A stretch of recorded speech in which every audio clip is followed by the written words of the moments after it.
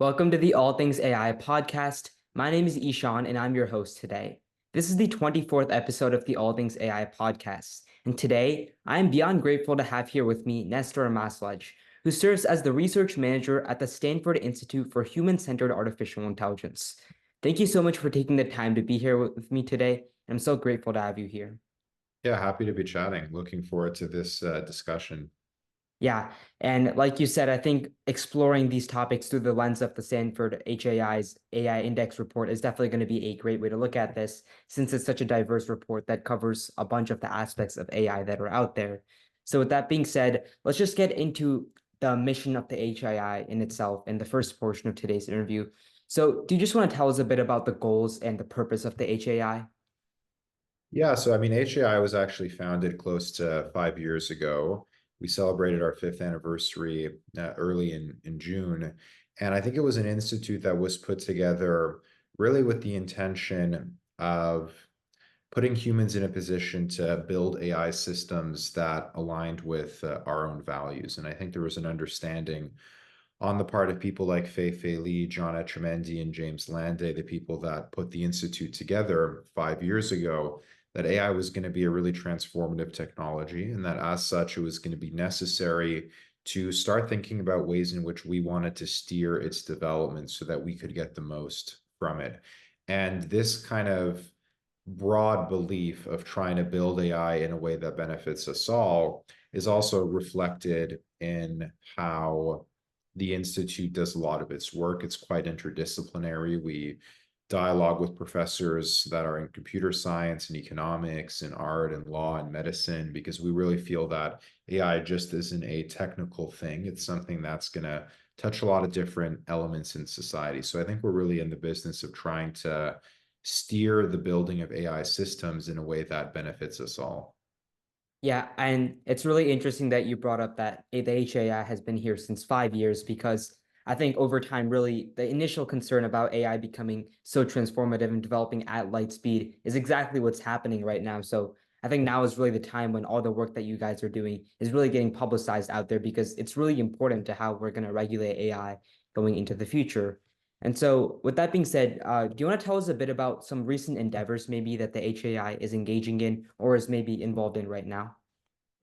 Yeah, I mean, I don't think it's necessarily necessary for us to kind of highlight recent endeavors per se, but I think on a more broad level, if you talk about things that HAI is doing, we sponsor a lot of computer scientists to be doing really cutting edge computer science work in AI. There are research labs that are out of HAI, like CRFM, that does a lot of great research on foundation models. Estelle, led by Eric Brynjolfsson, that is doing some really great research work on the economics of AI. And I think we're always trying to broaden our horizons and think of new potential topics that we could research and new potential topics that we could be interested in doing. And I mean, HAI is a really broad institute that involves so many different stakeholders. So we could probably spend 10 hours kind of enumerating all the different projects that are going on.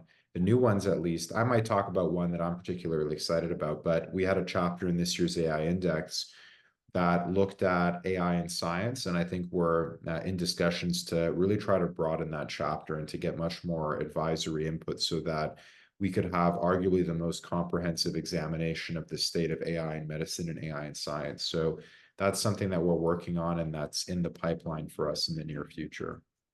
Yeah. And I think AI's role in medicine is definitely going to be one of the biggest areas that it has an impact in.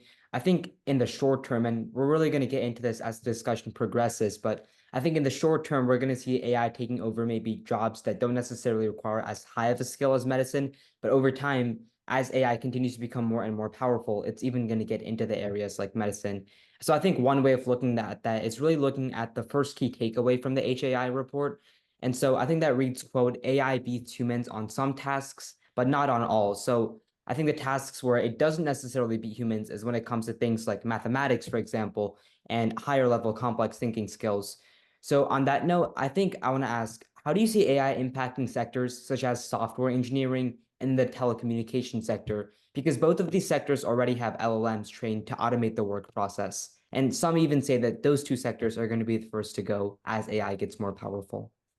I mean, I'm generally personally pretty resistant to kind of narratives that AI is going to take all our jobs and we're going to be, collecting strawberries or just kind of painting in 10 years. And I think that's just because I look at kind of the history of how technology has developed. And if you look at the 1930s, there were predictions made by, John Maynard Keynes, arguably one of the world's most celebrated economists. He thought we'd all be working 15-hour work weeks in the 2000s because of labor-saving devices. Now we have labor-saving devices. We now have washing machines, dishwashers. It's easier to vacuum, but none of us are working 15-hour weeks. Yeah. And that's because consumption tends to go up. When new technology is introduced, very often we could stay at the same level of consumption or choose to consume more. And very often humans choose to consume a little bit more. So I think you're going to also see similar things where I think humans are good at finding ways to make themselves more busy. And I think that's going to continue. Now, that's not to say that the AI job market is going to be unaffected. I think there's going to be a lot of changes. And I think that it's going to be very important for people to become comfortable with using AI tools, especially knowledge workers, because they can make a very big difference. But I think to answer your question more tangibly, it seems to me like a lot of repetitive knowledge work can now, to a certain degree, be done or assisted by AI. If you look at software engineering, there's good surveys from GitHub that look at groups of software engineers where one of the groups was not given access to AI tools and the other group was given access to AI tools. And in almost all of these studies, the groups that were given access to AI tools did their work a lot quicker than the groups that didn't have AI tools. Now, when you kind of ask them, like, what did they do with this extra time? They very often said they chose to kind of work on more speculative and experimental and difficult projects. So that seems to be an example of people saving time with AI and then kind of augmenting what they actually do. So I think AI is going to change things. I think people need to be comfortable using the technology because I think employees that have comfort with AI probably are better positioned than those that don't have comfort with the technology. But I think it's too soon to say that entire industries are just going to kind of go the way of the dodo bird. I think humans have a good way of making themselves busy and finding work for themselves. Yeah, no, I completely agree with that as well. Because I think that even if AI starts, let's say, impacting the job market, at the end of the day, I think you still need the humans, right, to keep track of everything that's going on and actually be the drivers of the work. Because AI, it's kind of like you can micromanage things with it, but you still need someone at the top of the line that's still managing Yeah, everything. I mean, like Jeff Hinton, one of the godfathers of AI, predicted in 2015 that in 5 years we wouldn't need any radiologists anymore. Now, obviously, that hasn't happened. And that's despite the fact that there have been pretty significant improvements in AI medical imaging systems. And that's again because, these systems are accurate, but they're prone to making mistakes. And I think in certain professions, it's not just about interacting with a statistically accurate computer. Having a human in the loop is very important Yeah. for different reasons, whether it's to kind of assess whether the output that a computer gives is correct or not, or if it's just to kind of, console a patient or do some more human to human work, which is very essential. Yeah. And so on that note, do you see AI posing a threat at all, possibly to professions like radiology or pathology in the future, or at least having some sort of impact on these fields? Because I know I there's, think it's definitely going to have an impact. I think it depends what you mean by threat.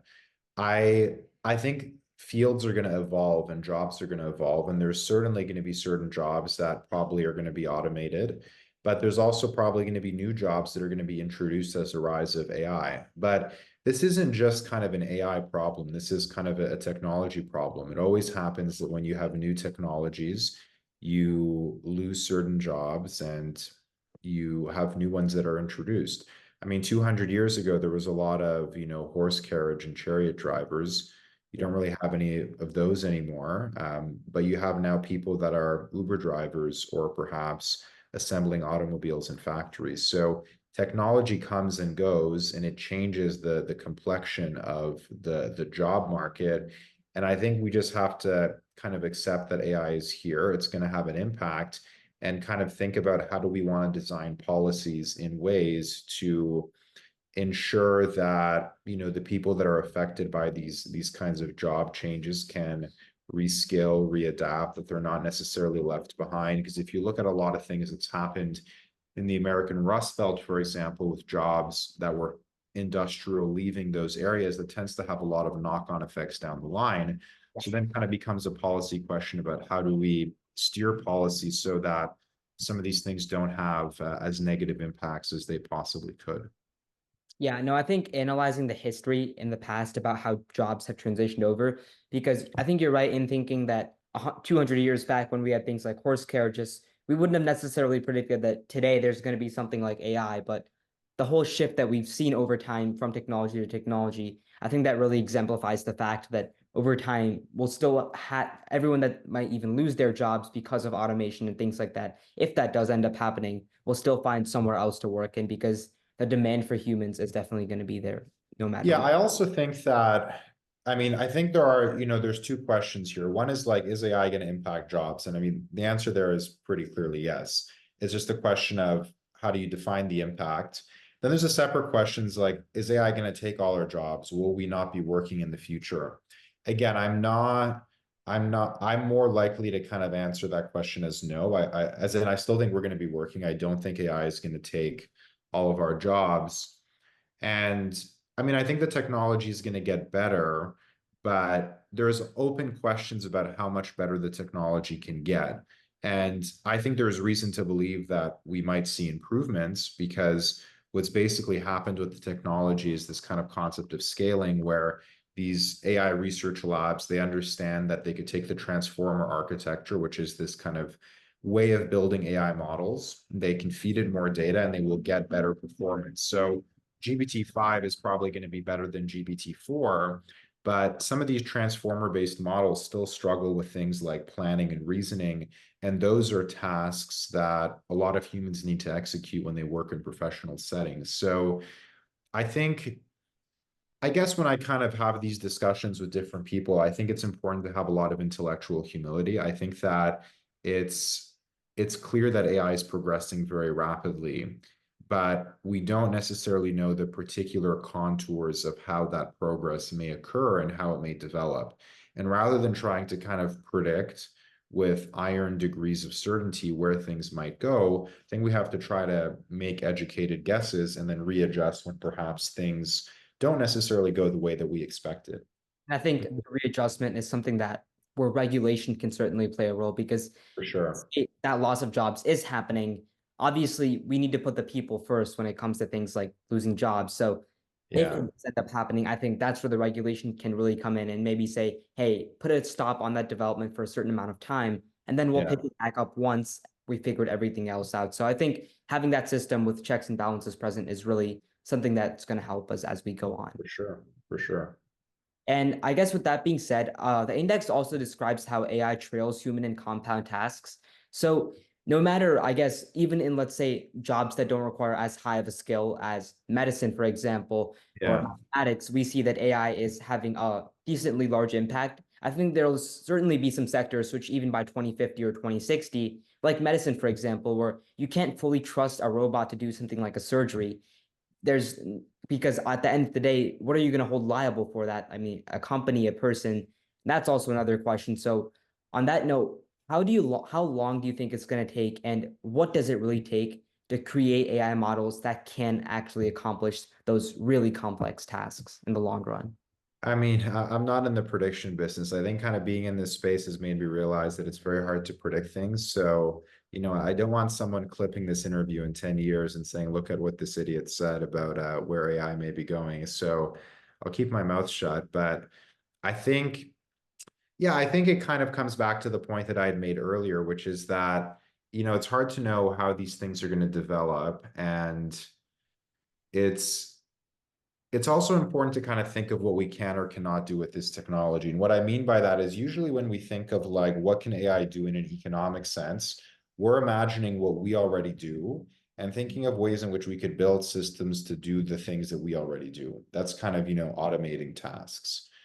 And there's a distinction to be drawn between automating tasks and potentially augmenting them. And this is a distinction that's talked a lot about by Eric Brynjolfsson, who's one of the advisors of the AI Index and who leads the Estelle lab at Stanford that looks at these kind of economic questions. But there is another category, which is augmenting. Can we get AI systems to work in tandem with humans to do things that humans currently cannot even do? And that's probably the frontier that we really want to get to, because that's going to lead to massive increases and improvements in productivity.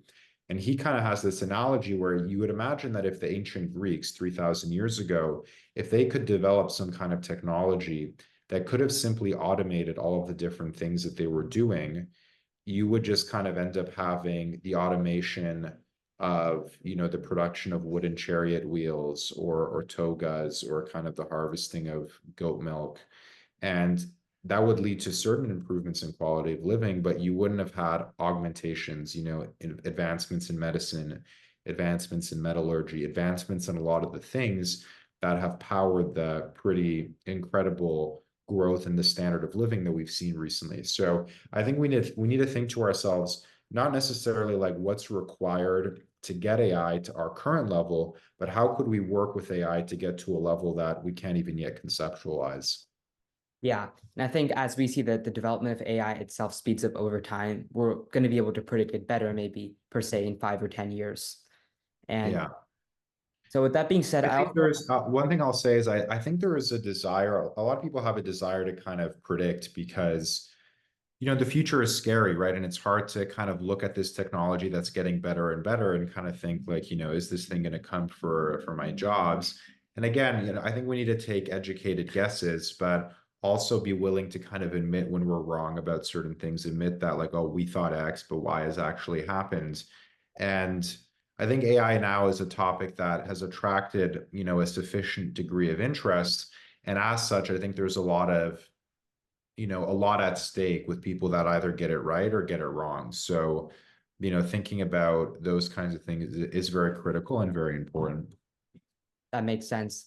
And so I also want to take a look at some of the other aspects of AI, maybe branching away from just automation and jobs into really looking at this on an international scale and stopping this technology through regulation. So in the final portion of today's interview, I want to discuss AI on the international scene and then regulation.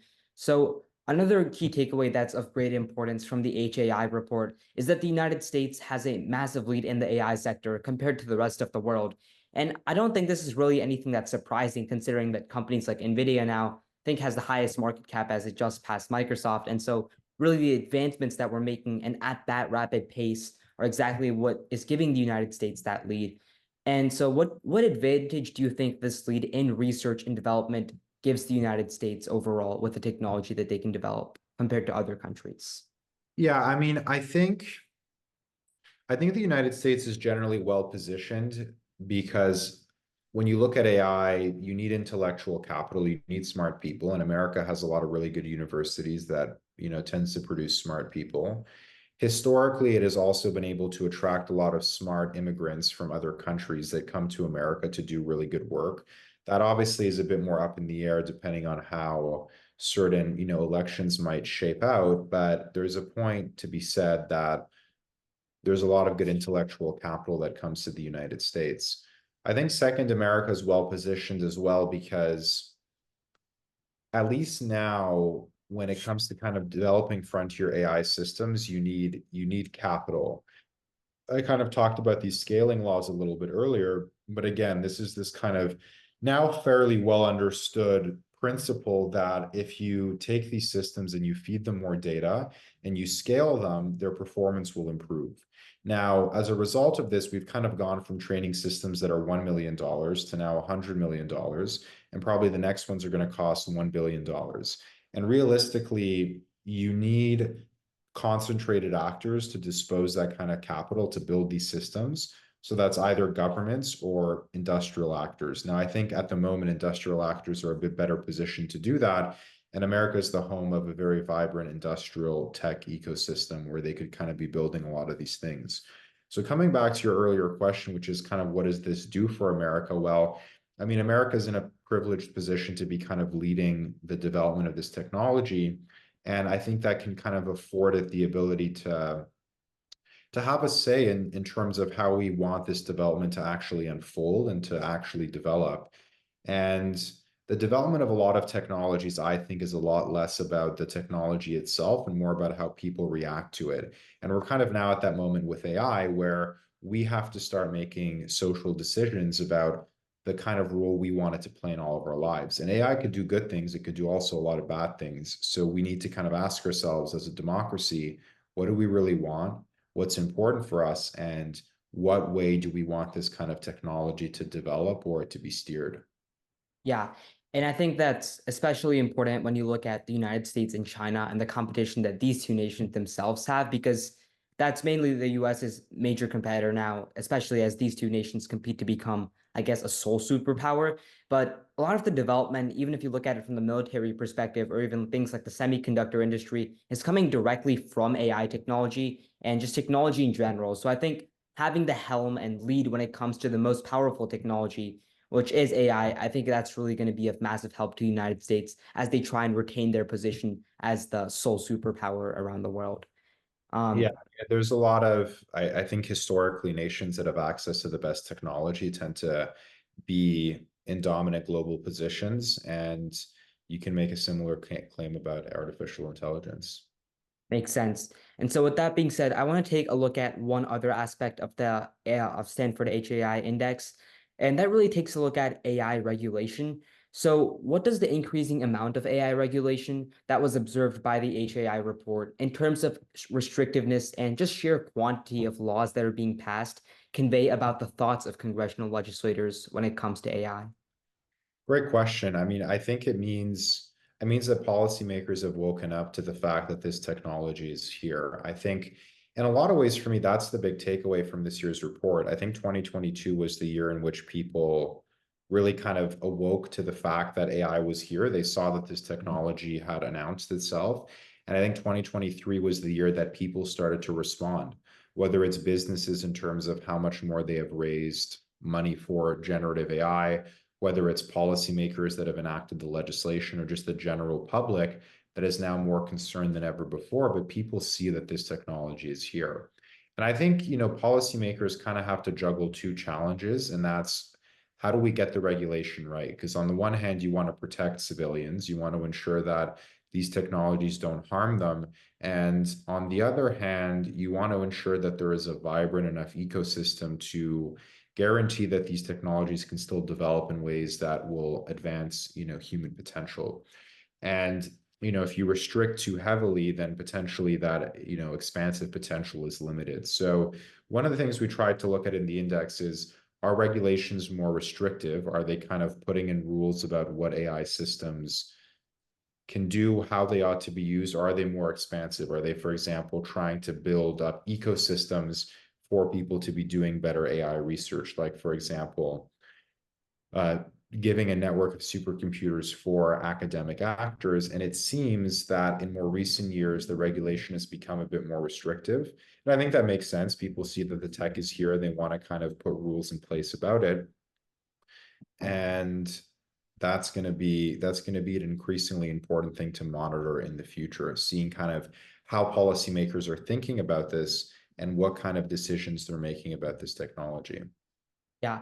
And I think striking the balance between the restrictiveness of those rules and also allowing for free development is really what's going to help us develop the responsible technology that we all want that's human-centered.